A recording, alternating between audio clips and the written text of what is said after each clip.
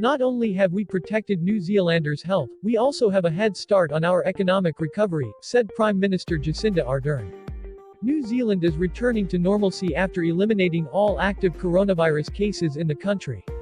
Prime Minister Jacinda Ardern has announced that almost all coronavirus restrictions will be lifted at midnight on Tuesday, which will allow schools, workplaces, restaurants, businesses and public transportation to fully reopen. Concerts and sporting events will also be allowed to resume. Under the Level 1 rules, the country's international borders will remain closed to non-residents, and New Zealanders will still have to quarantine for 2 weeks after traveling back into the country. Residents are also being encouraged to continue following proper hygiene guidelines and to keep track of where they've been and who they have seen, in order to assist with rapid contact tracing. Today there are no active cases in New Zealand. We have tested almost 40,000 people for COVID-19 in the past 17 days and none have tested positive, Ardern said at a press conference. We have had no one in hospital for COVID-19 for 12 days.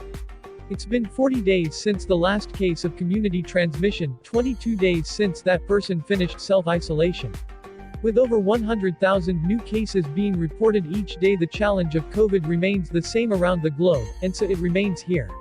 We are not immune to what is happening in the rest of the world, Ardern continued.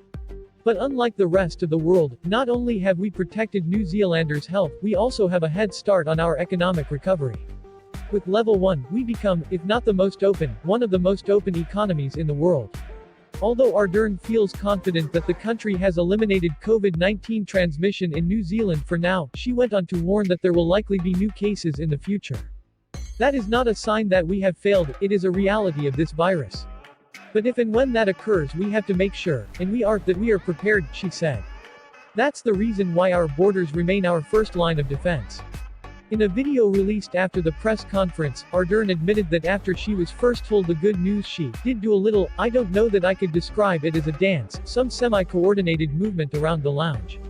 As of Monday, New Zealand has had 1,504 confirmed cases of COVID-19 and 22 deaths, according to Johns Hopkins University. Although the country has benefited from its small population of just under 5 million as well as its remote location, New Zealand was also quick to employ an aggressive strategy at combating the spread of the virus. The country entered one of the most restrictive lockdowns on March 23, after having just over 100 confirmed cases.